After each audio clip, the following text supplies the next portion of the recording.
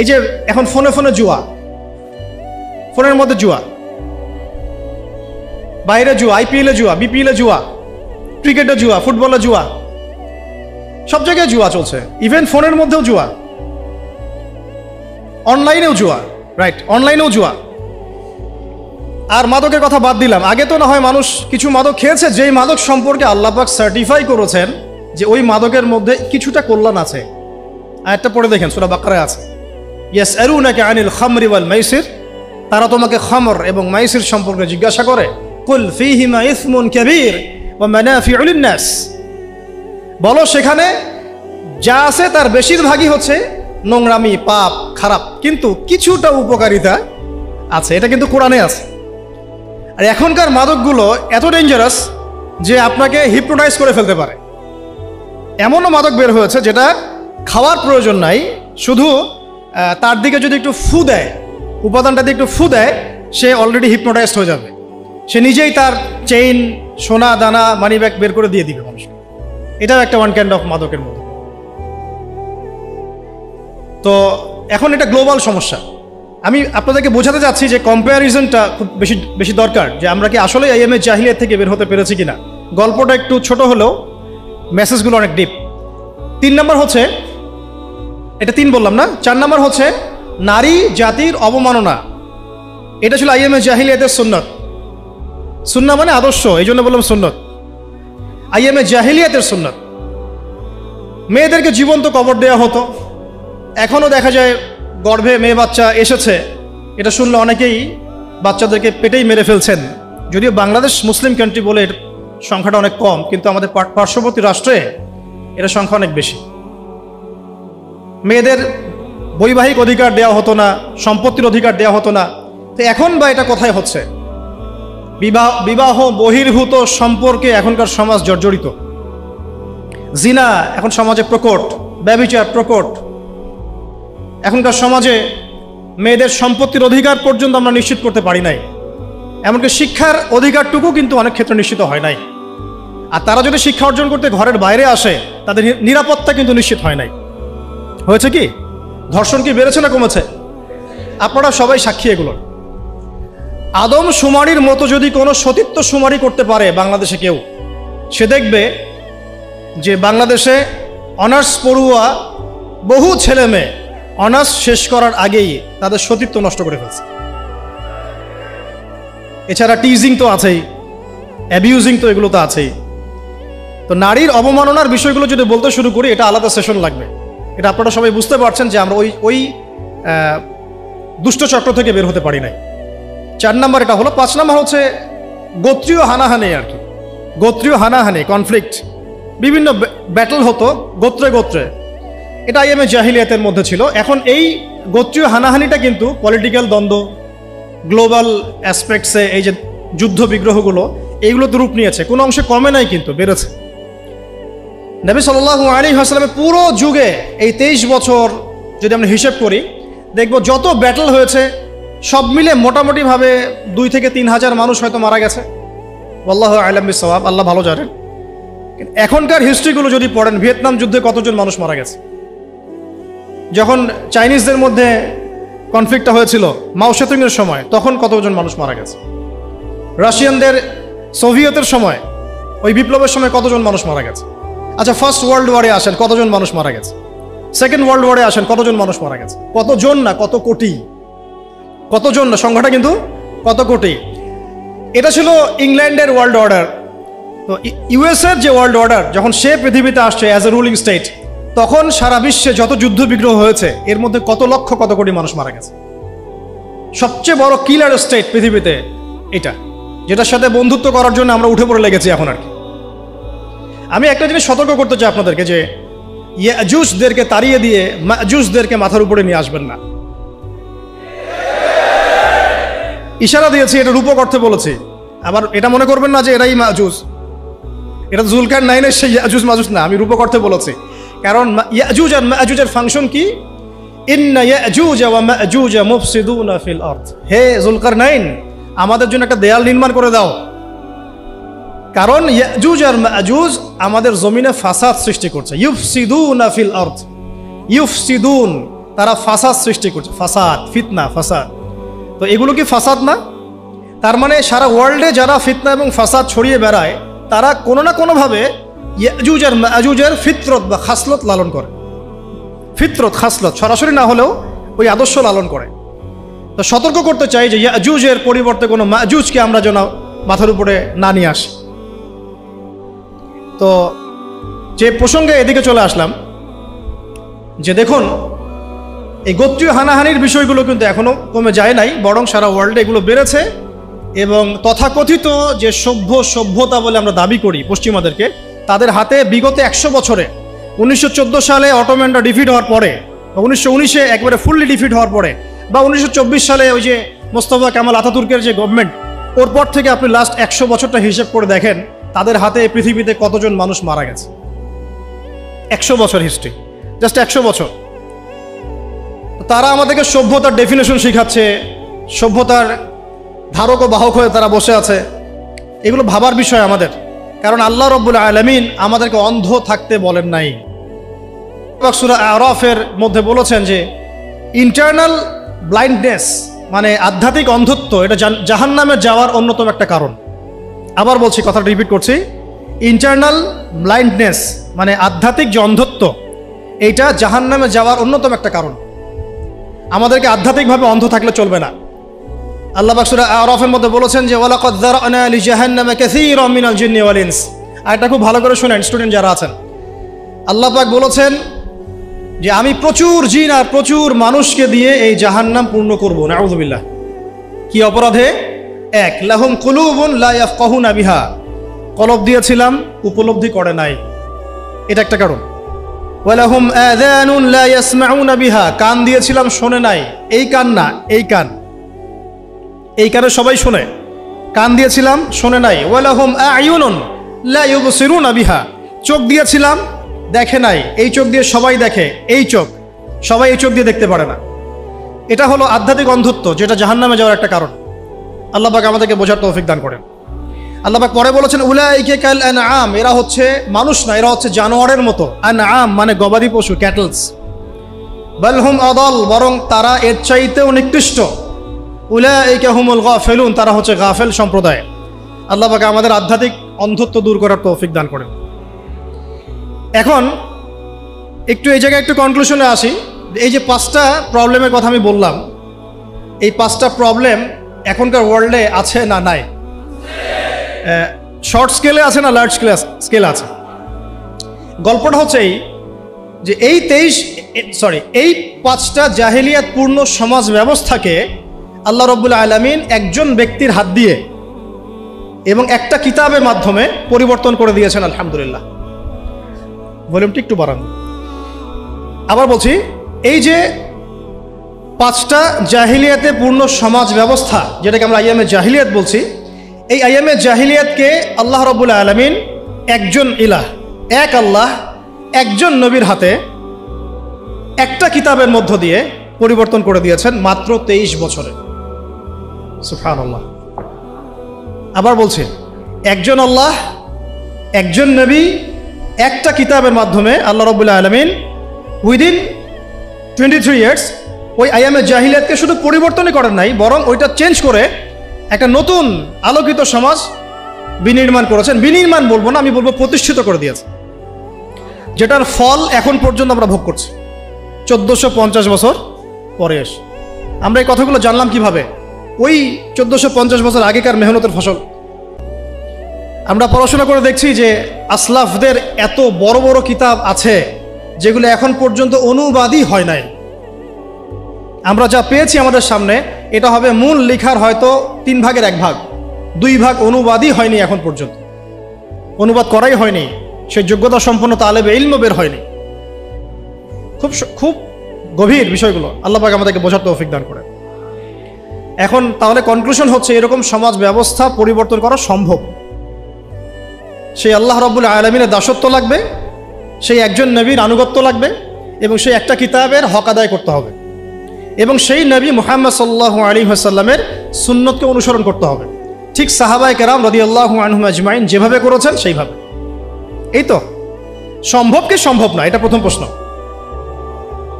এটা কি তাত্ত্বিক কথা যে সম্ভব না প্র্যাকটিক্যালি হয়েছিল কখনো, এবং হয়ে কি সেটা মানে থেমে গিয়েছিল না এটা বছরের পর বছর যুগের পর যুগ চলেছে? আমি তো বলবো শতাব্দীর পর শতাব্দী চলেছে, তাই না? অটোম্যানদের যে মানে খিলাফা স্টেট যেটাকে আমরা বলছি, এটা তো অ্যাবলিশ হয়েছে বেশি দিন হয় নাই, 100 বছর, হাইয়েস্ট হলে 120 বছর হবে। এর আগ পর্যন্ত বিশ্ব কিন্তু এভাবেই দেখেছে। নবী সাল্লাল্লাহু আলাইহি ওয়াসাল্লামের যুগ, 4 খলিফার যুগ, উমাইয়াদের প্রায় 100 বছরের শাসন ব্যবস্থা, তারপর আব্বাসীয়দের প্রায় 550 বছর শাসন ব্যবস্থা, তারপরে ফাতেমিরা ছিল একদিকে, ওইদিকে কর্ডোভার দিকে আব্দুর রহমান তার শাসন ছিল, তারপরে মামলুকরা এসেছে, মোগলরা শাসন করেছে, তুর্কিরা করেছে, এভাবে চলেছে, বছরের পর বছর চলেছে। লাস্ট 100 বছরে আমাদের চিত্রটা একদম টোটালি ডিফারেন্ট। আমরা এখন মানে ডমিনেটেড, আগে আমরা ডমিনেট করতাম সারা ওয়ার্ল্ডকে, এখন আমরা ডমিনেটেড। তবে এটাও বেশি দিন থাকবে না ইনশাআল্লাহ, কারণ অচিরেই আবার সেই খেলাফা স্টেট সামনে আসছে ইনশাআল্লাহ। এটা যে আসছে এর তো এক্সাম্পল আপনারাই, যেটা যেখানে হওয়ার কথা না সেটা সেখানে হচ্ছে, মানে কি, মানে টেবিল ঘুরছে আলহামদুলিল্লাহ। এবং আমরা আমাদের তরুণ ভাইদেরকে অনেক আশাবাদী, কিন্তু কিছু কিছু বিষয়ে সংশোধন করার দরকার, সেটা আমি টাচ করবো আজকে আর কি। এটাই আমার আলোচনার শেষ অংশ হবে ইনশাআল্লাহ। এখন একটা বিষয় খালি আজকে ফোকাস করব, যেটা সব তো আর একদিনে করা সম্ভব না।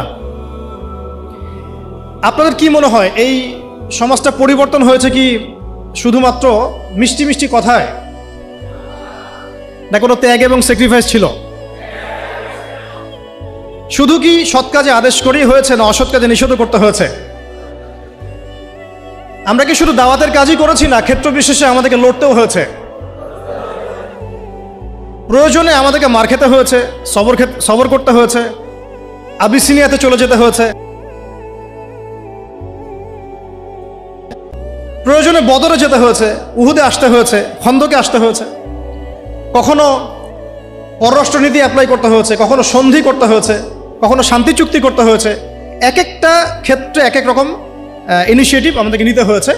তবে একটা বিষয় আমরা এক জায়গায় ছিলাম, সেটা হচ্ছে এক আল্লাহ, একজন নবী, একটা জামা, একটা ইমারা, একটা কিতাব, একটা সুন্নাহ। এই জিনিসগুলোতে যখন ভাটা পড়েছে তখন আমাদের শক্তি কমে গেছে। কথা কি বুঝতে পারছেন? গল্পটা হচ্ছে এই যে নবী সাল্লাল্লাহু আলাইহি ওয়াসাল্লাম এই সমাজে জন্মগ্রহণ করেও এই সমাজের জাহিলিয়াতের মধ্যে তিনি মিশে যান নাই, বরং এগুলো থেকে তিনি দূরে ছিলেন। যখন তার কাছে ওয়াহি এসেছে, ওয়াহি আসার পর থেকে মাত্র 23 বছর সময় নিয়েছেন তিনি। এই 23 বছরে তিনি ওই পুরো সমাজের সমস্ত জাহিলিয়াতকে দূর করে নতুন একটা সমাজ বিনির্মাণ করেছেন আলহামদুলিল্লাহ। এবং আমরা বুঝলাম যে এটা আমাদের দ্বারাও সম্ভব ইনশাআল্লাহ। এটা আমাদের দ্বারাও সম্ভব ইনশাআল্লাহ, নাকি সম্ভব না? তো সম্ভব হতে হলে যে কয়েকটা কাজ করতে হবে, সে কয়েকটা কাজ আগে বলে নেই, মুখস্থ করেন। এক, সর্বপ্রথম আমাদেরকে ইলমের চর্চা করতে হবে, জ্ঞানের চর্চা করতে হবে। 1 নম্বর মনে থাকবে তো ইনশাআল্লাহ? কোন জ্ঞানের চর্চা করব? যেই জ্ঞান আমাকে আল্লাহ পর্যন্ত পৌঁছে দেয় সেই জ্ঞান। কোন জ্ঞানের চর্চা করব না যেই জ্ঞান আমাকে আল্লাহ থেকে দূরে সরায় দেয়? সিম্পল। কোন জ্ঞানের চর্চা আমি করব? যেই জ্ঞান আমাকে আল্লাহ পর্যন্ত পৌঁছে দেয়। কোন জ্ঞানের চর্চা আমি করব না যে জ্ঞান আমাকে আল্লাহ থেকে দূরে সরায়? 1। 2 নম্বর হচ্ছে, আমি কি শুধু একমুখী জ্ঞানে শিক্ষিত হব? উত্তর হচ্ছে না। এই যুগকে যদি আমরা ডিল করতে যাই এবং কোরআন সুন্নাহকে হাতে নিয়ে ওয়ার্ল্ডকে চ্যালেঞ্জ করতে চাই, তাহলে আমাকে ভার্সেটাইল নলেজ রাখতে হবে। তবে আমার ভিত্তিটা হবে অবশ্যই তাওহীদের জ্ঞান দিয়ে, কোরআনের জ্ঞান দিয়ে, সুন্নতের জ্ঞান দিয়ে। এরপরে আমি যেদিকে যাব সেটা আমি বাছাই করব, কিন্তু আমার ভিত্তিটা যেন হয় কোরআন এবং সুন্নাহ ভিত্তিক শিক্ষা ব্যবস্থা দিয়ে। এটা নিয়ে দুটো কথা আছে, পরে বলছি ইনশাআল্লাহ।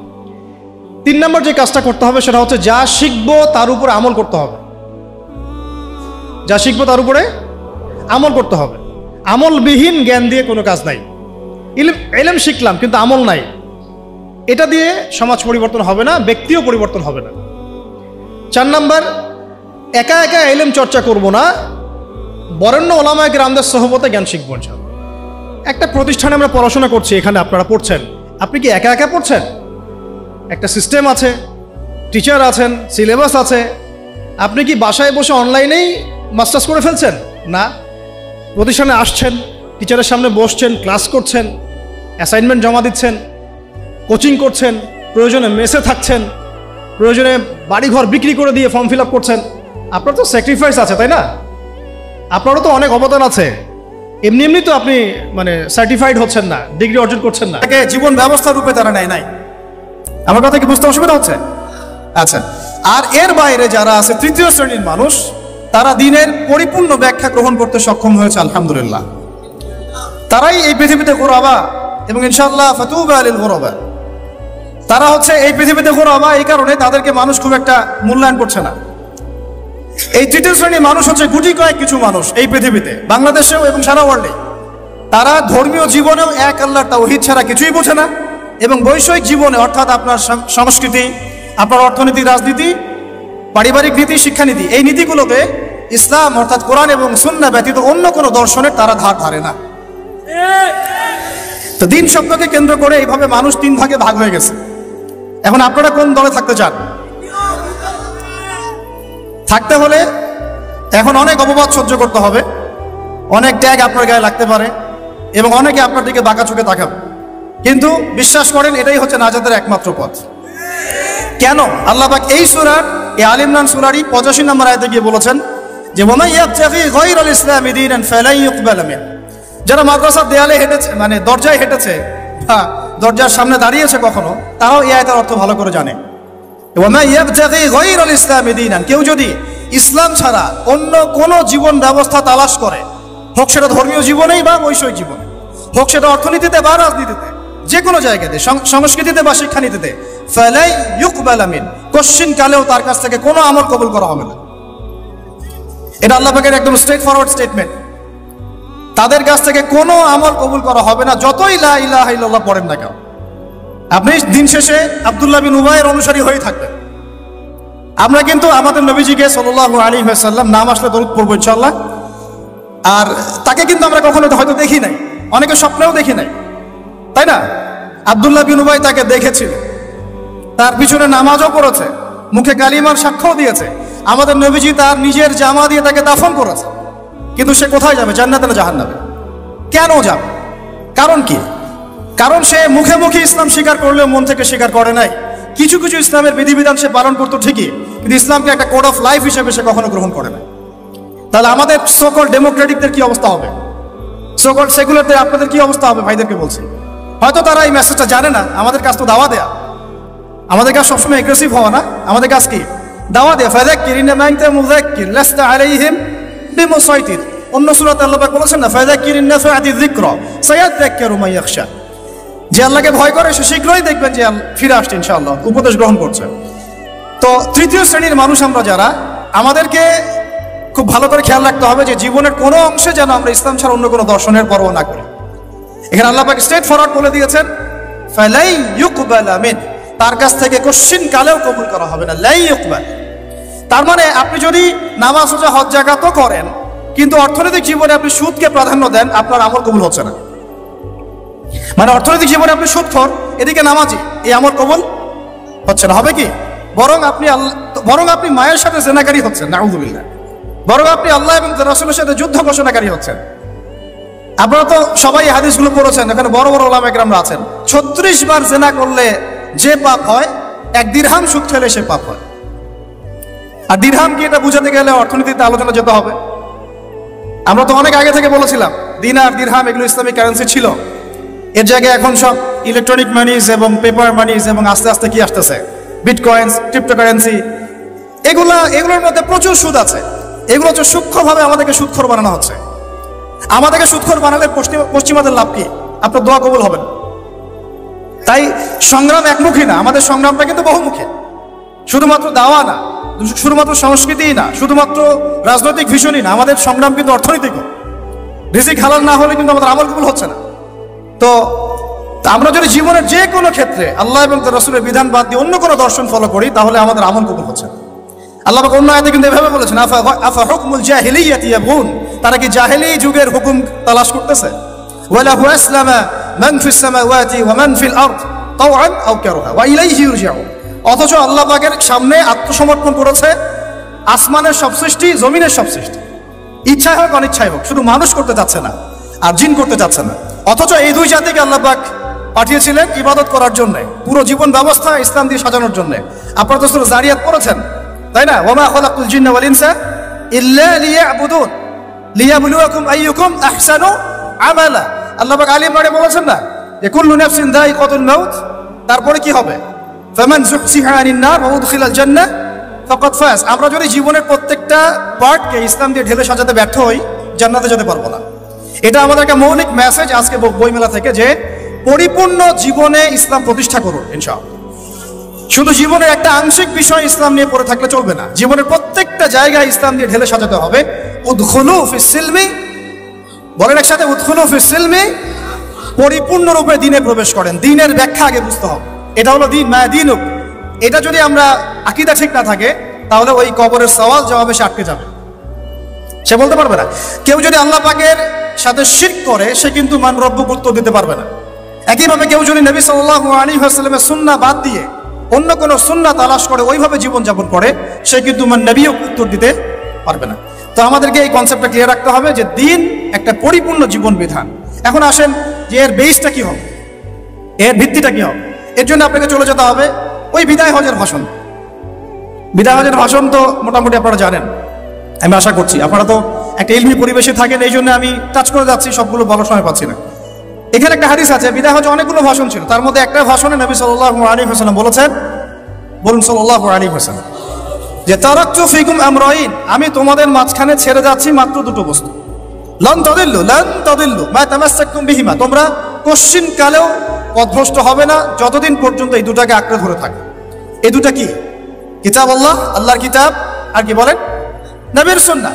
তো এখন কিতাব এবং সুন্নাহ আমাদের সামনে স্পষ্ট, এবং এই কিতাব এবং সুন্নাহর সাথে সাহাবায়ে কেরাম রাদিয়াল্লাহু আনহুম আজমাইন তাদের মানহাজ দিতে হবে কি হবে না? এই জায়গায় কিন্তু আমাদের অনেক প্র্যাকটিসিং মুসলিম ভাইয়েরও আকীদার মধ্যে গলদ আছে। অনেকে মনে করে যে খালি কোরআন এবং সুন্নাহ আমি সরাসরি নিব, সাহাবীদেরকে আমি নিব না। এই আকীদা ঠিক না ভাই। সাহাবীদেরকে ছাড়া আপনি কোরআন এবং সুন্নাহ সরাসরি মানতে পারছেন না।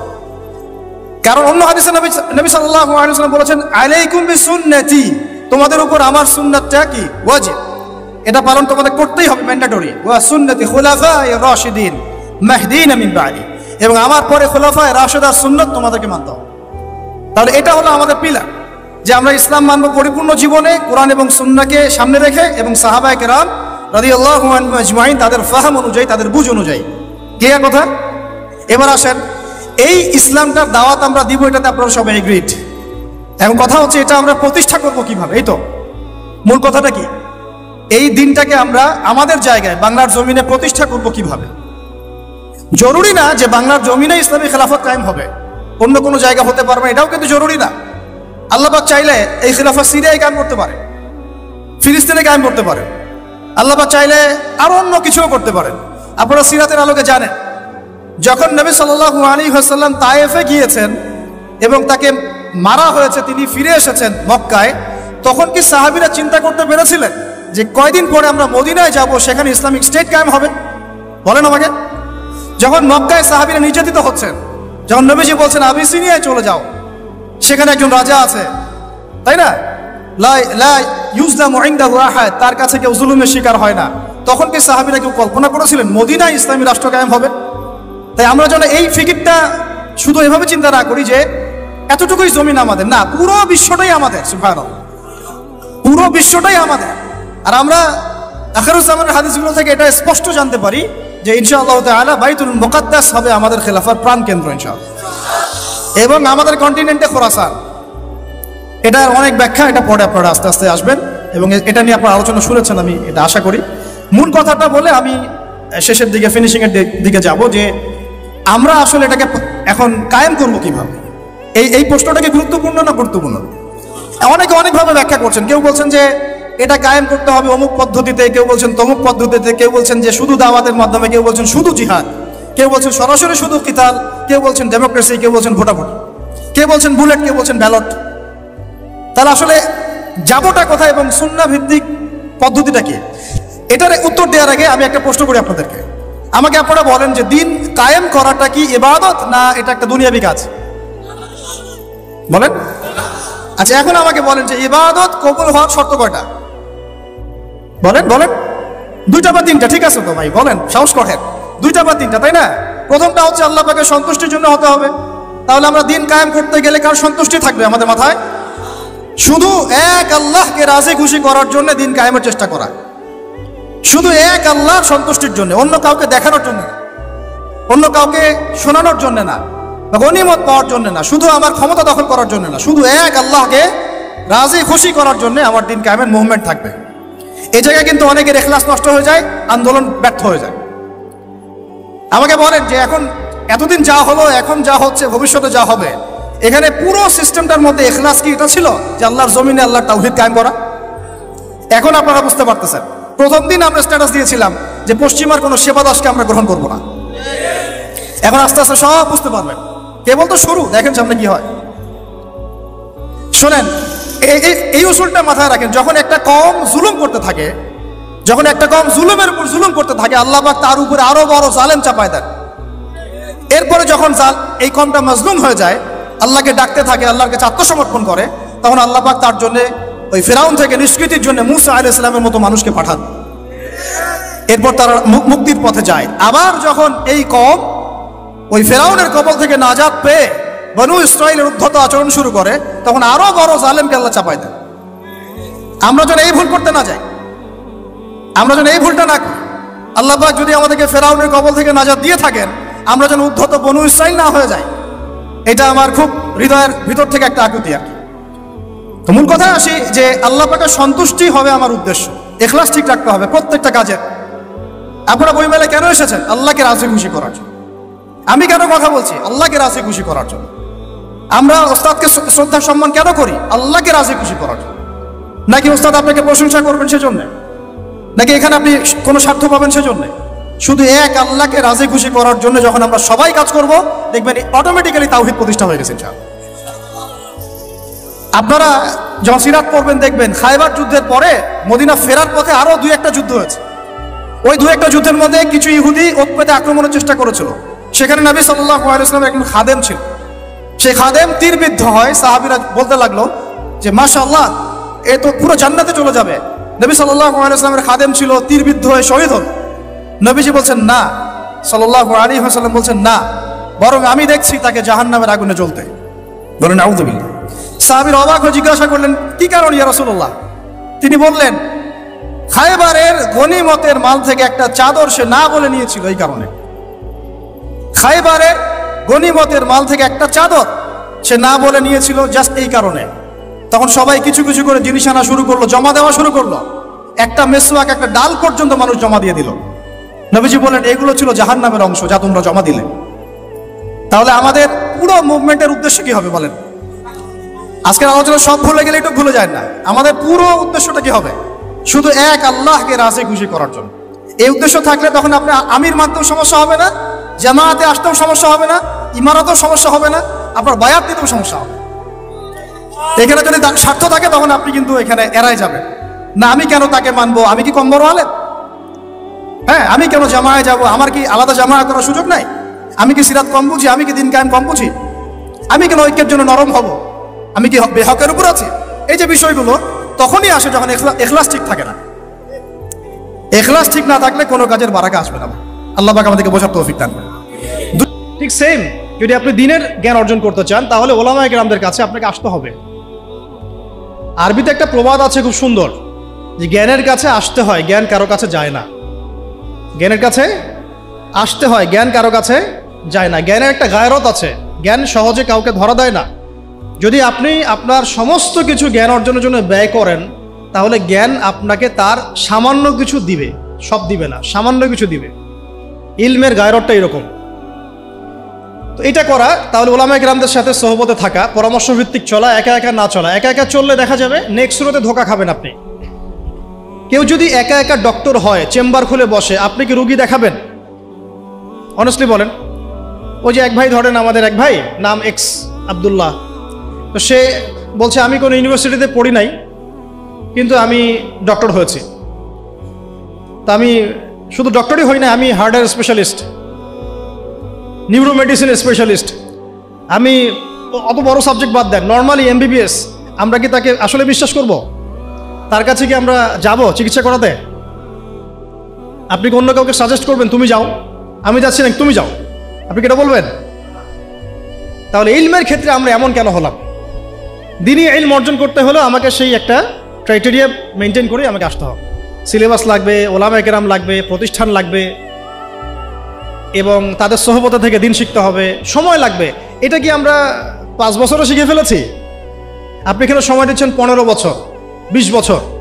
তাহলে যদি আমরা চাই বড় কোনো ফকিহ হব, বড় কোনো মুজতাহিদ হব, বড় কোনো তাফসীর কারক হব, উলামা হব, তাহলে আমাদেরকেও সময় দিতে হবে, 1 দিন 2 দিন না, কমপক্ষে 10 থেকে 15 বছর।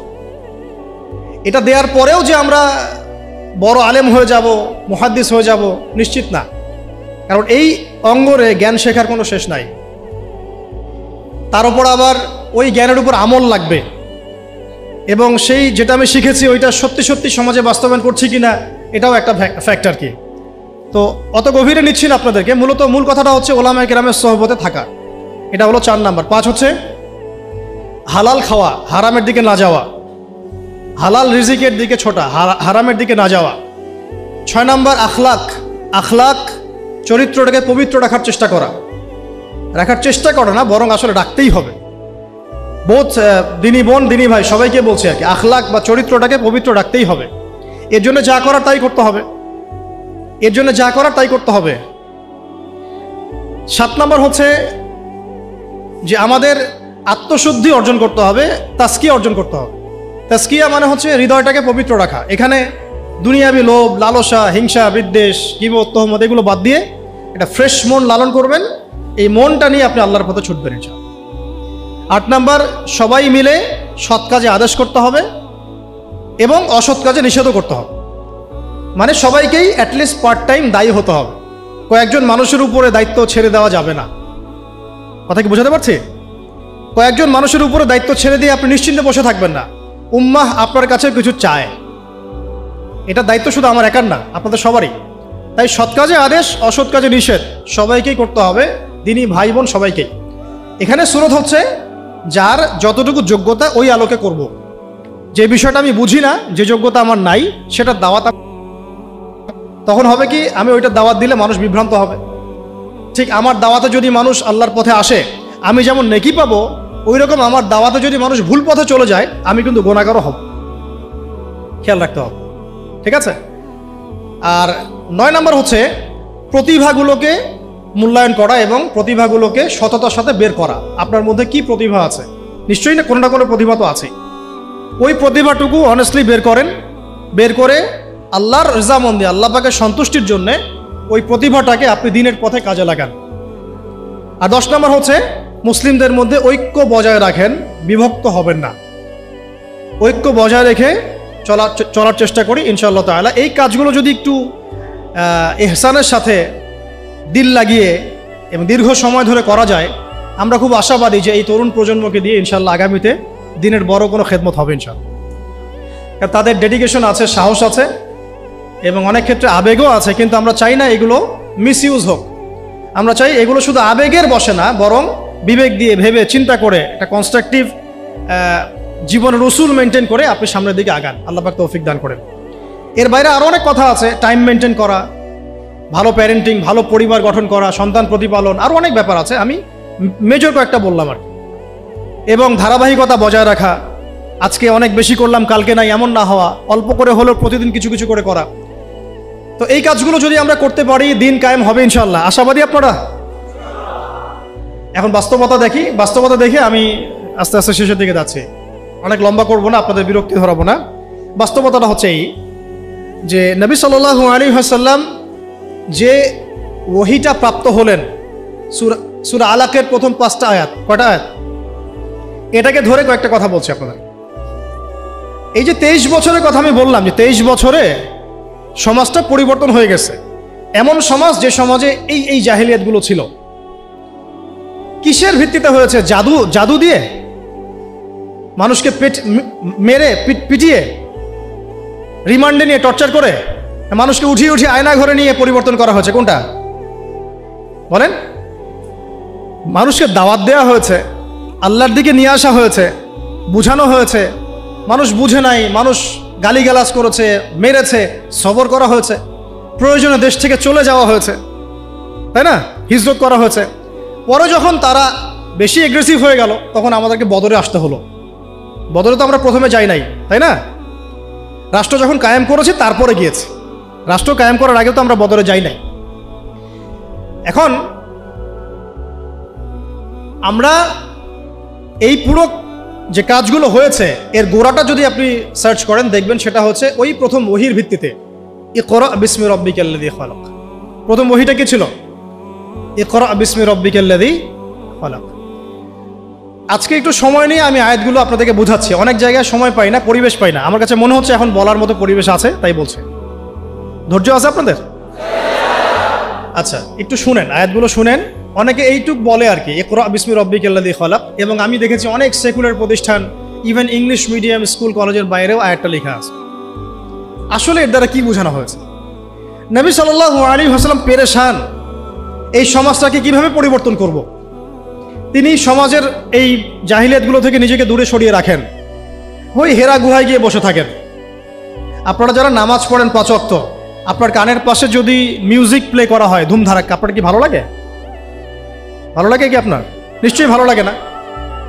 আর নবী সাল্লাল্লাহু আলাইহি ওয়াসাল্লাম, যার আগেও কোনো গুনাহ নাই পরেও কোনো গুনাহ নাই, তার কাছে কেমন করে ভালো লাগবে? তিনি তো একজন নবী। সমাজে এইসব জাহিলিয়াত দেখে তিনি দূরে সরে থাকেন। দেখেন আমাদের সমাজেও কিন্তু যে মানুষগুলো একটু আল্লাহওয়ালা, সমাজের জাহিলিয়াত তাদেরকে ভালো লাগে না, তারা আলাদা হয়ে চলে। তখন সমাজ ওদেরকে বলে তারা আনসোশ্যাল, তাই না? আমরা বিপদে পড়ি, তখন খুব বিব্রতকর অবস্থায় পড়ি। তা নবী সাল্লাল্লাহু আলাইহি ওয়াসাল্লাম সেখানে পেরেশান।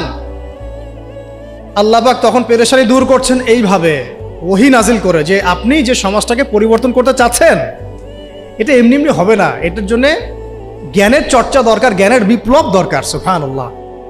এই জন্য প্রথম আয়াত আসছে পড়ুন।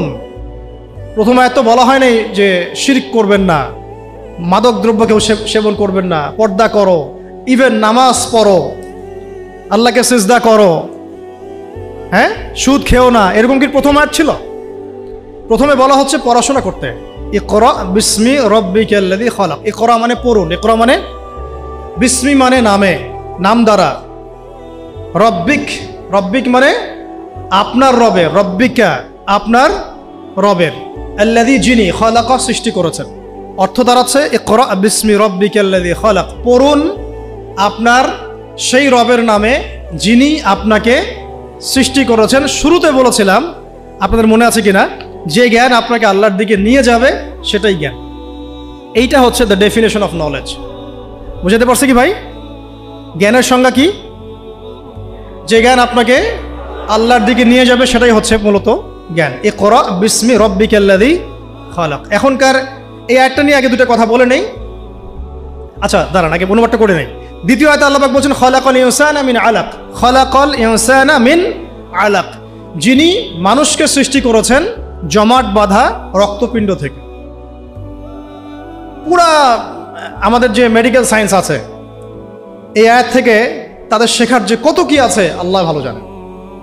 আল্লাযী ইকরা ওয়া রাব্বুকাল আকরাম, ইকরা ওয়া রাব্বুকাল আকরাম, আপনি পড়ুন, আপনার রব মহিমান্বিত। আল্লাযী আল্লামা বিল কলম, যিনি মানুষকে কলম দ্বারা জ্ঞান শিক্ষা দিয়েছেন। পুরো সিস্টেমটার মধ্যে আপনার কলম, এবং সেই লাউহে মাহফুজেও আছে কলম। কলম দিয়ে লাউহে মাহফুজে লেখা হচ্ছে। ইভেন কলম আল্লাহ পাকের প্রাচীন সৃষ্টি। আমাদেরকে সৃষ্টি করার, আসমান জমিন সৃষ্টি করার 50,000 বছর আগে আল্লাহ পাক এই কলম, এই লাউহে মাহফুজ, আরশ, এগুলো সব সৃষ্টি করেছেন। তাকদীর লিখে ফেলেছেন। কলমকে আল্লাহ পাক বলেছেন উকতুব, লিখো। কলম বলেছে মাযা আকতুব, আমি কি লিখবো? আল্লাহ পাক বলেছেন কিয়ামত পর্যন্ত যা হবে সব লিখে ফেলো। আমরা যে জীব আর জড়র সংজ্ঞা পড়েছি, সংজ্ঞাটা ঠিক না। আল্লাহ পাকের যখন হুকুম হবে, আজকে আমরা যেখানে বসে আছি এই জমিনও কথা বলবে ইনশাআল্লাহ। ইয়াউমাইযিন তুহাদ্দিসু আখবারাহা, যেদিন এই জমিন তার বৃত্তান্ত বর্ণনা করবে। তো জীব জ্বরের এই ক্লাসিক্যাল সংজ্ঞা বাদ দিয়ে আমরা এটা বোঝার চেষ্টা করি। তো আল্লাহ পাক বলছেন যে যিনি মানুষকে কলম দ্বারা জ্ঞান শিক্ষা দিয়েছেন। শুধু তাই না, আল্লামাল ইনসানা মা লাম ইয়ালাম, তিনি মানুষকে সেই জ্ঞান শিক্ষা দিয়েছেন যা মানুষ জানত না। আপনারা যখন আর একটু পড়াশোনা করবেন দেখবেন বুদ্ধিবাদ পড়ানো হবে। মানুষ বায়োলজিক্যালি জ্ঞান অর্জন করেছে এমনটা পড়ানো হয়। অভিজ্ঞতাবাদ পড়ানো হয়, কেউ কেউ সমন্বয়ী মতবাদ পড়ার, কিন্তু আসলে জ্ঞানের উৎস কিন্তু আমরা না। জ্ঞানের মূল উৎস হচ্ছে আল্লাহ পাক নিজে, স্বয়ং তিনি হচ্ছেন জ্ঞানের মূল উৎস। আল্লাহ নিজে তার সৃষ্টিকে মানে বান্দাদেরকে জ্ঞান শিক্ষা দিয়েছে। দলিল আরেকটা আছে, আদম আলাইহিস সালামকে সৃষ্টি করার পরে আল্লাহ পাক কিন্তু বলেছিলেন ওয়াল্লামাল আদামা আসমাআ কুল্লাহা। আল্লাহ রাব্বুল আলামিন আদম আলাইহিস সালামকে তার পক্ষ থেকে সব নাম শিক্ষা দিয়েছেন। সুবহানাল্লাহ। জ্ঞানের মূল উৎস কে তাহলে? আচ্ছা, এখন এই 5টা আয়াত যখন নাজিল হলো, অর্থগুলো তো মোটামুটি জানলেন। ইকরা বিসমি রাব্বিকাল্লাযী খালাক, পড়ুন আপনার সেই রবের নামে যিনি আপনাকে সৃষ্টি করেছেন। খালাকাল ইনসানা মিন আলাক, যিনি মানুষকে জমাট বাঁধা রক্তপিণ্ড থেকে সৃষ্টি করেছেন। ইকরা ওয়া রাব্বুকাল আকরাম, পড়ুন আপনার রব মহিমান্বিত। আল্লাযী আল্লামা বিল কলম, যিনি মানুষকে কলম দ্বারা জ্ঞান শিক্ষা দিয়েছেন। আল্লামাল ইনসান মা লাম ইয়ালাম, মানুষকে সেই জ্ঞান শিক্ষা দিয়েছেন যা মানুষ জানতো না। এই যে গল্পের জার্নি বিগেন সেখান থেকে। এরপরে 23 বছর পরে আপনি মক্কার দিকে তাকান, দেখবেন সেখানে কোনো শিরক নাই, আছে? কোনো রিবা নাই, আছে? কোনো মাদক নাই, কোনো মেয়ের অবমাননা, ইভেন কোনো জুয়া, ধর্ষণ, বিচ্ছিন্ন দু একটা ঘটনা ঘটতে পারে, কোনো গোত্রীয় হানাহানি, কিচ্ছু নাই। কত বছর? 23 বছর। জার্নিটা কোথা থেকে শুরু হলো? হেরা গুহা থেকে। কোন আয়াত থেকে? ইকরা, পড়ুন থেকে। এখন আপনারাও সব স্টুডেন্ট, আপনারাও পড়ছেন, মাশাআল্লাহ 15 বছর হয়ে গেছে। আমরাও পড়েছি, আমারও 15 বছর চলে গেছে। এর আগেও অনেক জেনারেশন পড়েছে, তাদেরও শত শত বছর চলে গেছে। কিন্তু নবী সাল্লাল্লাহু আলাইহি ওয়াসাল্লামের মতো জ্ঞান দিয়ে সমাজ পরিবর্তন করতে পেরেছে কতজন? বা কেউ কি পেরেছে? আদৌ কি কোনো জাতি এসেছে যারা সেই জ্ঞান দিয়ে পুরো সামাজিক সমস্ত সমস্যার সমাধান টানতে পারে? তাহলে এখান থেকে আমাদেরকে বুঝতে হবে আমাদের জ্ঞানের দৈন্যতা কোন কোন জায়গায় আছে। বুঝতে পারছেন কি কিছুটা? আমরাও তো ট্রাই করলাম, বিগত 50 বছর হলো স্বাধীনতার, রেজাল্টটা কি? সামাজিক ইম্প্যাক্টটা কোথায়? ইম্প্যাক্ট এইখানে, নামাজ, রোজা, হজ, জাকাত, ব্যাস। ইভেন জাকাতও এখন খুব একটা মানুষ দেয় না, ইল্লা মাশাআল্লাহ। বেশিরভাগ মানুষ কিন্তু জাকাত দেয় না। নামাজ পড়ে যারা, তারাও অনেকে জাকাত দেয় না। কিন্তু ইসলামের অন্যান্য যে বিধানগুলো আছে, এই বিধানগুলোর কয়টা সমাজে বাস্তবায়িত হয়েছে? একটাও কি হয়েছে? আসলে একটাও হয়নি। এখন যদি আপনি আমাকে বলেন যে ভাই আপনাকে আমি উপদেষ্টা বানাই দিলাম, এখন তো উপদেষ্টা ফেসবুকে হয় আর কি। তো এখন যাই হোক, যোগ্যতা থাক না থাক, এমপি টেমপি হয় মানুষ, ওইদিকে আসবো আমি, ফিনিশিংটা ওইদিকেই দিব ইনশাল্লাহ। একটু ধৈর্য ধরেন, শেষ করতেছি। দৈন্যতাটা দেখাবো, দৈন্যতা কোথায়, দৈন্যতাগুলো কোথায়। যদি বানায় দেন এবং আমাকে যদি বলেন ভাই কোরআনের তো আছে যে চুরি করলে চোরের হাত কেটে ফেলো, ব্যভিচার করলে রজম করো, তারপরে বেত্রাঘাত করো, মাদকদ্রব্য সেবন করলে বেত্রাঘাত করো, তারপরে হত্যা করলে কিসাস করো, মুরতাদ হয়ে গেলে তাকে মৃত্যুদণ্ড দাও, কেউ নবীকে গালি দিলে সাল্লাল্লাহু আলাইহি ওয়াসাল্লাম তাকেও হত্যা করো। আমি যদি এগুলো বাস্তবায়ন করতে যাই আগামীকাল, আমি কি আদৌ পারবো? এখন প্রশ্নটা হচ্ছে কেন পারবো না? উত্তর, এক বাক্যে উত্তর হচ্ছে, আমাদের সমাজের মানুষ বিগত সময়গুলোতে নামাজ, রোজা, হজ, জাকাত এই শব্দগুলো যতটা শুনেছে, শরিয়া, দাওয়াত, জিহাদ, ইকামতে দিন, কিসাস, হুদুদ এই শব্দগুলো শোনে নাই। বুঝতে পারতেছে না? নামাজ শব্দ অর্থ জানেন কারা কারা? হাত তুলতে বললে সবাই হাত তুলবেন, তাই না? জাকাত শব্দের অর্থ কারা কারা জানেন বললে সবাই হাত তুলবেন। তা আমি যদি বলি হুদুদ অর্থ কি, কয়টা এবং কি কি, দেখবেন অনেক হাত নেমে গেছে। কিসাস অর্থ কি, কত প্রকার, কি কি, হাত নেমে যাবে।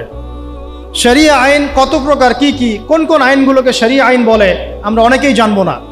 তাহলে এখানে আমাদের সামাজিক একটা ব্যর্থতা আছে। এই ব্যর্থতাটা আমরা আমাদের কাঁধে নিতে চাই, অন্যদেরকে দিতে চাই না। এই ব্যর্থতা তাদের যারা এইসব জায়গায় দাঁড়িয়ে কথা বলি, যারা আমরা লিখি, যারা আমরা অন্যকে নসিহাত করি, যারা আমরা মিম্বরে বসি, যারা আমরা খুতবা দেই, ওয়াজ মাহফিলের প্যান্ডেলে বসি, আমাদের সবার দায়িত্ব এটা, আমাদের কাঁধে আসবে এটা। কেন জনগণ এই শব্দগুলো জানে নাই? সিম্পল, বলা হয় নাই, বা বলা হলেও অত গভীরভাবে আলোচনা হয় নাই, আলোচনা করা হয়তো পরিবেশ পাওয়া যায় নাই, অথবা অডিয়েন্স সাড়া দেয় নাই, বা বলতে গেলেই ধরা হয়েছে আর ওই আয়নাঘরে টপ টপ করে ফেলা হয়েছে আর কি। তো এখন তো এই ফ্লোটা যেন জারি থাকে, এই জন্য আমাদের দোয়া করা উচিত আল্লাহ পাক যেন ইসলামপন্থী কোনো সরকারকে উপরে নিয়ে আসেন। আমরা জানি যে এখন আমরা শরিয়া কায়েম করতে পারবো না, কিন্তু পারবো না, আল্লাহ পাক চাইলে তো অবশ্যই। নাম্বার হচ্ছে ভাই যে আমল যেহেতু বললেন দিন কায়েম একটা ইবাদত, তাহলে ইবাদত করতে হবে কার তরিকা অনুযায়ী বলেন? এটা আপনারা সবাই এক বাক্যে স্বীকার করছেন, নবী সাল্লাল্লাহু আলাইহি ওয়াসাল্লামের সুন্নাত এবং তরিকা ছাড়া দিন কায়েমটা ইবাদত বলে গণ্য হবে না। সেটা আমার একটা ব্যর্থ প্রচেষ্টাও হয়ে যেতে পারে। সূরা কাহফে একটা আয়াত আছে, কিন্তু ওই যে কিছু মানুষ মনে করে তারা খুব সুন্দর আমল করছে, ওয়াহুম ইয়াহসাবুনা আন্নাহুম ইউহসিনুনা সুনআ, এদের ব্যাপারে আল্লাহ পাক বলেছেন কুল হাল নুনাব্বিউকুম বিল আখসারিনা আমাল, সবচেয়ে ক্ষতিগ্রস্ত আমলকারী সম্পর্কে আমি জানাবো কিনা। এটা তারা যারা দুনিয়াতে অনেক সুন্দর আমল করে, মনে করে আমরা অনেক সুন্দর আমল করছি, অথচ ওদের আমল বিফল হয়ে গেছে, ইখলাস ঠিক না থাকার কারণে, নবীর তরিকা অনুযায়ী না হওয়ার কারণে। তাহলে এখন যদি আমরা এগ্রি করি যে হ্যাঁ দিন কায়েমটা নবী সাল্লাল্লাহু আলাইহি ওয়াসাল্লামের পদ্ধতিতেই করতে হবে, তাহলে আমাকে সিরাতে আসতে হবে কি আসতে হবে না? সুন্নাতে আসতে হবে কি আসতে হবে না? বরং আমি বলবো এভাবে যে সিরাতের সুন্নতে আসতে হবে, সিরাতের সুন্নতে আসতে হবে, দিন কায়েম করতে হবে, অন্য কোনো সুন্নত নাই আমাদের সামনে। এখন অনেক ভাই কেউ বলছেন যে আব্রাহাম লিঙ্কনের তরিকাতেই দিন কায়েম হবে, কি যুক্তি তো তারা দিচ্ছেন অনেক। কেউ বলছেন যে আরে ভাই নাই মামার চেয়ে তো কানা মামা ভালো। কেউ বলছেন ভাই আগে এত পুরো রুটির দিকে তাকানোর দরকার কি, রুটির দু একটা টুকরা হইলে তো হয়। এবং তাদেরকে পশ্চিমারা খুব সহজেই কিন্তু বাগে আনতে পারবে, 10টা করে সিট দিয়ে দিবে, ভাগ করে নেন আপনারা 60টা সিট, তারাও সন্তুষ্ট যে আমরা তো আগে কিছুই পাইতাম না, অন্তত এখন 50টা তো পাইছি। বিশ্বাস করেন, আমি কেন বড় বড় আল্লাহর ওলিকেও যদি আপনি সিস্টেমের মধ্য দিয়ে ওখানে প্রেসিডেন্ট হিসেবে বসায় দেন, সে একজন বান্দা গরু ছাড়া কিছুই করতে পারবে। আমরা বলছি সিরাতে সুন্নতে গেলে পুরো রুটিটাই আমাদের হবে, রুটির টুকরা আমরা চাই না, পুরো রুটিটাই চাই। রুটি আমার, তুমি খাইলে খাও, না খাইলে যাও, সোজা কথা। সিরাতের সুন্নতে আসলে আপনি পুরোটাই পাবেন। এখন কেউ বলছে আব্রাহাম লিঙ্কনের তরিকাতেই হবে, হয়তো বুঝের কিছু ঘাটতি থাকতে পারে, এটা একাডেমিক আলোচনা ওস্তাদ বলেছেন, এটা আমরা কিন্তু সবাই সমালোচনা করতে যাব না।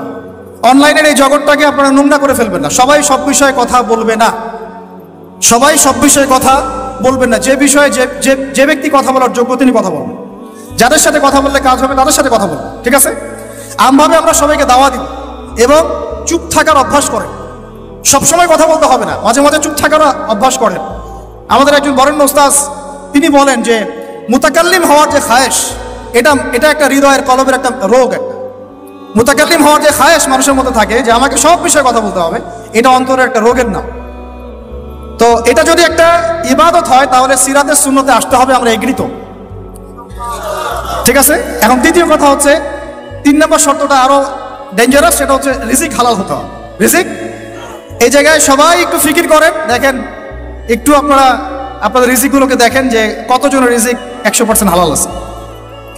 এগুলো আমাদের কিন্তু প্র্যাকটিক্যাল কথা, আমরা কিছু খালি তাত্ত্বিক কথা বলে চলে যাবো এমন না, প্র্যাকটিক্যালি ইমপ্লিমেন্টটা বেশি জরুরি। এখন আমি খুবই স্বপ্ন দেখছি, আমরা সবাই স্বপ্ন দেখছি যে আপনাদেরকে দিয়ে হবে ইনশাআল্লাহ, কারণ এই জেনারেশন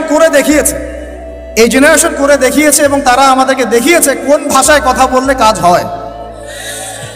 এতদিন তো আমরা বলে আসতাম, তো এই ভাষার কথা বললে আপনারা আমাদেরকে অনেক ট্যাগ দিতেন, ঠিক আছে? দেখেন জালেম জুলুম করলো, মাজলুম দাঁড়ায় গেল, এই তো জালেম জুলুম করলো, মাজলুম দাঁড়ায় গেল প্রতিবাদের জন্য, প্রতিবাদের ভাষায়। আপনারা আমাকে বলেন তো, জালেমের বিরুদ্ধে মাজলুম যখন দাঁড়িয়েছে তারা কি খালি হাতে দাঁড়িয়েছিল? জালেম যখন 2টা মাইট দিয়েছে, মাজলুম কি 2টা মাইট দেয় নাই? জালেমদের অনেকে যখন মাজলুমদের অনেককে শহীদ করেছে, তো জালেমদের দলেও কি কিছু মানুষ মারা যায় নাই? তো এটা কি একটা কনফ্লিক্ট হয়নি রাস্তাঘাটে? তো গণতান্ত্রিক প্রক্রিয়া এই কনফ্লিক্টটাকে আপনি জায়েজ করে নিলেন, তো গণতান্ত্রিক প্রক্রিয়া এই কনফ্লিক্টটাকে আপনি জায়েজ করে নিলেন তো, মাশাআল্লাহ। রিহাদ শব্দ বলি, আপনি আমার দিকে তেড়ে আসেন, বিষয়টাই না সেম বিষয়, একই বিষয়। আপনি জালেমের এগেইনস্টে দাঁড়াইছেন, মাজলুম জুলুমের শিকার হতে হতে হতে আমাদের ভাই আবু সাইদ জীবন দিল, মুগ্ধরা জীবন দিল, সবার একটা সিম্পেথি তৈরি হলো। এখানে আম জনতা, রিক্সা চালক, শ্রমিক, মানে ওলামায়ে কেরাম, কে বাকি ছিল? সবাই তাদের পক্ষে ছিল, তাই না? কেউ লিখেছে, কেউ বলেছে, কেউ মাঠে ছিল, তারা ছিল মাজলুম। দেয়ালে পিঠ থেকে গেছে, তখন তারা কিন্তু হাতে কিছু না কিছু তো উঠিয়েছিল, নাকি উঠায় নাই? উঠিয়ে তারা একটা প্রতিবাদের ভাষা আমাদেরকে দেখিয়েছে, এইভাবে প্রতিবাদ করতে হয়। তো ওই প্রতিবাদটার পরে আপনারা কি এখন বলবেন যে ছাত্র জনতার মধ্যে কেউ জুলুম করেছে, ছাত্র জনতা জঙ্গি, ছাত্র জনতা সন্ত্রাসী, এই সম্বন্ধে একটা সন্ত্রাসী ছিল, ওরা জঙ্গি ছিল, হ্যাঁ ওরা উগ্রবাদী ছিল? কেন বলছেন না এখন আপনারা এই কথাগুলো? আমার প্রশ্ন হচ্ছে এখন এই কথাগুলো আপনারা কেন বলছেন না? কারণ আপনারা বুঝতে পারছেন তারা ন্যায্য কাজটাই করেছে। যখন জালেম জুলুম করতে করতে করতে মাজলুমকে একদম দেয়ালে পিঠ ঠেকিয়ে দেয়, তখন মানুষকে হামাস হতে হয়, তখনই বিভিন্ন জিহাদি সংগঠনের অস্তিত্ব আসে, তখনই কিন্তু খোরাসান স্বাধীন হয়। তো এখন আমরা বাংলাদেশেও বুঝতে পারছি যে হ্যাঁ, তখনই কিন্তু ছাত্র ভাইরা হাতে প্রতিবাদের ভাষা উঠিয়ে নিয়েছিল। তো এটাকে গণতান্ত্রিক প্রক্রিয়া আপনারা জায়েজ করছেন, ঠিক আছে, এটা কোনো সমস্যা না, এটা ভালো, ওরা প্রতিবাদ করেছে, ওদেরকে আমরা কিন্তু খারাপ বলতে পারি না। কেউ বলছে খারাপ? এই একই স্লোগান যদি সিরাতের সুন্নতে আমরা বলি যে দাওয়াতের সাথে জিহাদ লাগবে, তখন তো তেরে আসবেন আমাদের দিকে, আসবেন না? আসবে। আপনারা লিখে নেন আমার কথাগুলো। এই একই জিনিসটাই, এই প্রতিবাদের এই ভাষাটাই যখন আপনি দাওয়াতের সাথে জিহাদ শব্দ ইউজ করবেন, আপনার দিকে তেরে আসবেই। এবং এখন যাদের পা ধরা হচ্ছে, তারা তো পুরো বিশ্বব্যাপী এটাকে মিটিয়ে ফেলার মিশন নিয়েছে।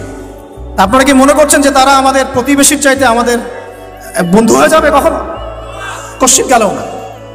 এটা জেগে জেগে স্বপ্ন দেখছে তারা। তো আল্লাহ পাক তাদেরকে সহি সামাজ দান করেন। সবসময় আমরা সবকিছু করবো না, আমরা তো পরিবেশ পরিস্থিতি বুঝে ইনিশিয়েটিভ নিব, তাই না? কিন্তু সিরাতের কোনো অংশকে আপনি বাদ দিতে পারেন না। তো একটা অংশকে বাদ দিয়ে দিবেন, একটা অংশকে নিবেন, দিনের কিছু অংশকে রাখবেন, কিছু অংশকে রাখবেন না, এটা তো ইসলাম ধর্ম। যখন যেটা ইমপ্লিমেন্ট করার অবস্থা সৃষ্টি হবে তখন সেটা করতে হবে, এটাই তো ইসলাম। আর আমরা দেখলাম যে কোন ভাষায় কথা বললে দাবি আদায় করা যায়। আর একটা ভাষা আছে বাংলাদেশে দাবি আদায় করার, কিছু হইলেই শাহবাগে চলে যাওয়ার। তো মাঝে মাঝে আমরাও বাসায় একটু মশকরা করি যে তোমার কিছু লাগবে, কেন কিছু লাগলে চলো শাহবাগে যাই, দাঁড়ালেই আমাদেরকে ইয়া দিবে আর কি, মানুষ বাবা দিবে, আমার দিকে জনসমর্থন তৈরি হবে। তো মূল জায়গায় আসে ভাই, যে এখন আপনাদের সাথে এই ব্যাপারটা আমার ক্লিয়ার যে এটা একটা ইবাদত, এটাকে করতে হবে সিরাতের সুন্নতে, তাই তো? আর সিরাতের সুন্নতে করতে গেলে আপনাদেরকে সিরাত পড়তে হবে কিনা ভাই? আমাকে বলেন যে সিরাতের 40 থেকে 50টা কিতাব আছে এখন যদি আপনারা ঘুরে দেখেন। আলহামদুলিল্লাহ আমার বাসায় মোটামুটি সবগুলোই আছে, এবং সিরাতের একজন গভীর ছাত্র আমি। সিরাতের 10টা কিতাব কারা কারা পড়েছে হাত তুলেন? কমপক্ষে 10টা। আচ্ছা 10টা বেশি বলে ফেলছি, 5টা সিরাতের বই কারা কারা পড়েছে? মাশাআল্লাহ। একটা পড়েছেন কারা কারা? একটা, অন্তত একটা কিতাবের নাম বলছি, খুব পাতলা একটা কিতাব, সিরাতে খতামুল আম্বিয়া, কয়জন পড়েছেন? আর রাহিকুল মাকতুম কয়জন পড়েছেন? নবী রহমত কয়জন পড়েছেন? এরকম অনেক কিতাব আছে। সিরাতের বই না পড়লে ভাই তরিকা বোঝা যাবে না। তরিকা সবসময় আপনাকে সবকিছু ধরায় দিতে হবে কেন? আপনি নিজেই বুঝে নেন কোনটা তরিকা, তখন আমি বললে আপনি বুঝে ফেলবেন কত কি। এখন আমি খুব সংক্ষেপে আপনাদেরকে বলছি যে দেখেন তরিকাটা কেমন ছিল। নবী সাল্লাল্লাহু আলাইহি ওয়াসাল্লাম, একটু মনোযোগ দেই ভাই, এটা আমার আলোচনার শেষ পার্ট, ঠিক আছে? নবী সাল্লাল্লাহু আলাইহি ওয়াসাল্লাম এমন একটা যুগে ছিলেন যে যুগটা ঠিক আমাদের মতোই, একেবারে হুবাহু না হলে 19 আর 20। যেমন উনি এমন একটা যুগে জন্ম নিয়েছিলেন যে যুগটার মধ্যে 5টা মৌলিক সমস্যা ছিল। কয়টা? এবং ওই যুগটাকে আপনারা আইয়ামে জাহিলিয়াত বলে গালি দেন, তাই তো? এবং সেকুলার রামবামরাও বলে এটা আইয়ামে জাহিলিয়াত। কেন বলি আমরা? কারণ ওই সমাজে শিরক ছিল। কি ছিল? এখন আপনি আমাকে বলেন এই সমাজের মধ্যে শিরক আছে কিনা? ওখানে লাত উজ্জা হবল মানাতের ইবাদত হয়েছে, এখন তো বিভিন্ন ভাস্কর্যের পূজা হয়েছে, হয় নাই? ছবি সংস্কৃতি হয়েছে, মূর্তি সংস্কৃতি হয়েছে। এখানে একটা আমার দুঃখের কথা একটু বলেই ফেলি যে অনেকে বলেছেন যে মাদ্রাসার ছেলেদেরকে মন্দির পাহারা দিতে ইত্যাদি ইত্যাদি। আমি এটার সাথে একমত না। এটার সাথে আমি ব্যক্তিগতভাবে বলছি আর কি, আমি একমত না। কারণ বাংলাদেশে অমুসলিম প্রশাসন আছে, তাদেরকে ডিউটি দেওয়া যায়। আমি তো এটাও পক্ষপাতী না যে একজন মুসলিম অফিসার ওখানে গিয়ে মূর্তি পাহারা দিবে, আর মাদ্রাসার ছেলেরা কি কারণে ওখানে গিয়ে পাহারা দিতে যাবে? এই যে একবারই বেশি দরদ দেখানো, এটা আমাদের মনে হয় ভালো হচ্ছে না। আর আমরা যত ইলিশ দেই না কেন, তারা আমাদেরকে কখনো স্বাধীনতা দিবে না। এইগুলা বাদ দেন, এগুলোর দিন শেষ। সরাসরি কথা বলতে হবে। কই, তারা তো পাকিস্তানের বাদ ছাড়তে পারে নাই, তারা তো চায়নার বাদ ছাড়তে পারে না, তারা তো অন্যান্য ইভেন নেপালেরও বাদ ছাড়তে পারে না। তাহলে এই যে তিস্তার বাদ আর এই বাদগুলো এত সহজে ছাড়ে কিভাবে? ব্যাপারটা তো এখানে ফয়সালা হবে না যে ছেড়ে দিল, বন্যা হয়ে গেল, আমরা ত্রাণ দিলাম, ফখর করলাম কে কত টাকা ত্রাণ দিয়েছে। ত্রাণ দিয়েছি ঠিক আছে আলহামদুলিল্লাহ, আমার মূল জায়গা হচ্ছে সে যেন পানি ছাড়তে না পারে এরপর থেকে। এটা ছিল আমাদের মূল কথা। কিন্তু এই জায়গায় কি আমরা কাজ করলাম? আমরা ত্রাণ দিলাম আলহামদুলিল্লাহ ঠিক আছে, কিন্তু আমরা কিন্তু ওই জায়গায় গেলাম না যে এরপর থেকে যেন এই বাঁধ খোলার সাহস তারা না পায়। তো মূল জায়গায় আসে, আল্লাহ পাক আমাদেরকে আমল করার তৌফিক দান করে দেন। আচ্ছা, প্রথম সমস্যাটা ছিল আইয়ামে জাহিলিয়াতে, যে ওই যুগে শিরক ছিল, এটা ছিল মূল কথা। আইয়ামে জাহিলিয়াত কেন বলছেন? ওই যুগে কি ছিল? এখন বিশ্বাস করেন আমাদের বাংলার মাটিতে ধর্মীয় অঙ্গনের শিরক আছে, কবর পূজা, মাজার পূজা আছে না? রাজনৈতিক অঙ্গনের শিরক আছে। কি শিরক? আল্লাহর বিধান বাদ দিয়ে তাগুতি বিধানের দাসত্ব করা। অর্থনৈতিক অঙ্গনের শিরক আছে, আল্লাহর হালালকে হারাম করে ওইটাকে আবার বেশি উত্তম মনে করা। এগুলো কি ঈমান ভঙ্গের কারণের মধ্যে পড়ে না? আপনারা তো জানেন। তারপরে সংস্কৃতির মধ্যে শিরক নাই, আর শিক্ষার শিরক তো আপনারা দেখতেই পাচ্ছেন। শিক্ষার মধ্যে কি কি শিরক আছে? এখন তো আপনাকে ট্রান্সজেন্ডার পড়তে হবে, টেক্সট বইয়ের মধ্যে চলে আসতেছে, কি করবেন আপনি? তো প্রত্যেকটা ডিপার্টমেন্ট, আমাদের ডিপার্টমেন্ট এই কয়টাই, ব্যক্তি জীবন, ধর্মীয় জীবন, পারিবারিক, অর্থনৈতিক, শিক্ষা, সংস্কৃতি, রাজনীতি, প্রত্যেকটা ডিপার্টমেন্টে শিরক আছে বাংলাদেশে। তাহলে আইয়ামে জাহিলিয়াতের ওই শিরক না হয় একটা ধর্মীয় প্রেক্ষাপটে ছিল, এটা তো পুরো একটা গ্লোবাল প্রেক্ষাপটে শিরক হয়ে যাচ্ছে। তাহলে আমরা কি এখন আইয়ামে জাহিলিয়াত থেকে এই সেন্সে মুক্ত হতে পেরেছি? দ্বিতীয় প্রবলেম ছিল রিবা। আইয়ামে জাহিলিয়াতের দ্বিতীয় প্রবলেম রিবা। এখন আপনি যে কোনো ব্যাংকের দিকে তাকান বা ব্যাংকিং সিস্টেমের দিকে তাকান, ইনক্লুডিং ওয়ার্ল্ড ব্যাংক, IMF, তারপরে আপনার ফেডারেল রিজার্ভ এবং আমাদের সেন্ট্রাল ব্যাংকগুলো, ইকোনমিক্স আমরা পড়েছি ভাই, না পড়ে কথা বলছি না। ইকোনমিক্স আমাদের ইউনিভার্সিটির সাবজেক্ট। একেবারে ভিতরে গোড়ায় শিরক আছে, সুদ আছে। কি আছে? সুদ আছে, গোড়ায় সুদ আছে। এমন ভাবে সুদের অক্টোপাসে চেপে ধরেছে যে মানে আপনি যেটাই ডিল করতে যান একটা সুদের অংশ আপনাকে দিতে হবে। পশ্চিমাদের কাছে আপনি লোন নিতে যান, বিনা সুদে কোনো লোন তারা দিবে না। বরং আমরা দেখেছি খোরাসান স্বাধীন হওয়ার পরে তাদের যে রিজার্ভ ছিল ওটা তারা জব্দ করেছিল। এখন আপনারা তো অনেকে জানেন যে তারা এখন কারেন্সির দিক থেকে অনেক উন্নত হয়ে গেছে। কেউ কি কখনো জিজ্ঞাসা করেছেন বা প্রশ্ন তুলেছেন যে কি ফর্মুলা তারা ইমপ্লিমেন্ট করেছেন? তারা কিন্তু ডাবল কারেন্সি চালায়, তাদের দেশে ডাবল কারেন্সি চলে, যাকাত ভিত্তিক অর্থনীতি চলে, এবং সব দুর্নীতি তারা বন্ধ করেছেন, এবং যত কালো টাকা এগুলোকে সাদা করে ফেলেছে। তো এই বিষয়গুলো কি ইসলামের মধ্যে নাই? কিন্তু এর ইমপ্লিমেন্ট বাংলাদেশে বিগত 70 বছর হয় নাই। যতবারই স্বাধীন হয়েছেন আপনারা, এই ইমপ্লিমেন্ট হয় নাই যে সুদবিহীন অর্থ ব্যবস্থা চালু করা কেউ করতে পারে নাই। হ্যাঁ, কিছু মানুষ চেষ্টা করেছেন, স্বীকার করি, তাদেরকে আমরা শ্রদ্ধা করি, সম্মান করি, তাদের প্রচেষ্টাকে আমরা সাধুবাদ জানাই। কিন্তু যতক্ষণ পর্যন্ত শেকড় পরিবর্তন হবে না, ডালপালা ছাঁটে লাভ নাই। আমাদের একটা সাইকোলজিক্যাল সমস্যা হচ্ছে আমরা সবসময় ডালপালা নিয়ে আলোচনা করি। আজকে কাদিয়ানি মুভমেন্ট, কালকে অমুক, কালকে তমুক, হ্যাঁ, কালকে এই ট্রান্সজেন্ডার, তারপরে সমকামিতা ইত্যাদি একটা ইস্যু নিয়ে আমরা আলোচনা শুরু করি, একদম অনলাইন কাঁপায় ফেলি। কিন্তু ডাল যদি ছেটেও ফেলেন, শেকড় যদি পচা থাকে, ওই শেকড় থেকে কি আপনি বিশুদ্ধ কোনো ফল পাবেন? তা আমরা যে দাওয়াতটার কথা বলি সেটা হচ্ছে পুরো শেকড়টাকেই লা ইলাহা ইল্লাল্লাহ এইটা প্রতিষ্ঠা করা, সেটা আবার মুহাম্মদ রাসূলুল্লাহর তরিকা অনুযায়ী। এই কালিমা পূর্ণ হবে তখন সিরাতে সুন্নতে সাল্লাল্লাহু আলাইহি ওয়াসাল্লাম। তো এটা একটা বড় সমস্যা ছিল, যেখান থেকে এখন পুরো বিশ্ব বের হতে পারে নাই। তাহলে আমরা এখনো জাহিলিয়াতের এই মরণ থাবার মধ্যেই কিন্তু আছি। 3 নাম্বার ছিল মাদক। বলেন, আপনারাই বলেন, এই মাদক থেকে কি আমরা বের হতে পেরেছি কিনা? আমরা তো অনেককে দেখি ইফতার করেও সিগারেট টান দেয়। তো আরো বড়, এখন এই অঞ্চলগুলোতে আপনারা তো জানেন ভালো করে আমার চেয়ে মাদকের কি সয়লা। হ্যাঁ, অনেক বড় বড় কোটিপতি শিল্পপতি হয়েছে ইয়াবার ব্যবসা করে, আবার যাকাতও দেয়, আবার এদিকে হজও করে, উমরাও করে। তো সুদ দেখেন, সুদ, ঘুষ, দুর্নীতি ছাড়া কোন সেক্টরটা টিকে ছিল? ঘুষ ছাড়া কোথায় চাকরি হয়েছে? সুদ ছাড়া কোন ব্যাংকিং সিস্টেম চলে? তাহলে সেই হারাম অর্থনীতি থেকে আমরা তো বের হইতে পারি নাই। আইয়ামে জাহিলিয়াতের মধ্যে আছে এবং মাদকের মানে ভয়াল খাবার মধ্যে আছে। ইয়াং জেনারেশনের বেসিক সমস্যাই মাদক এখন, কারণ তারা একটা সময় পর্যন্ত অন ইসলামিক লাইফ লিড করে, গার্লফ্রেন্ড অ্যাফেয়ার্স, এইটা ওইটা, গান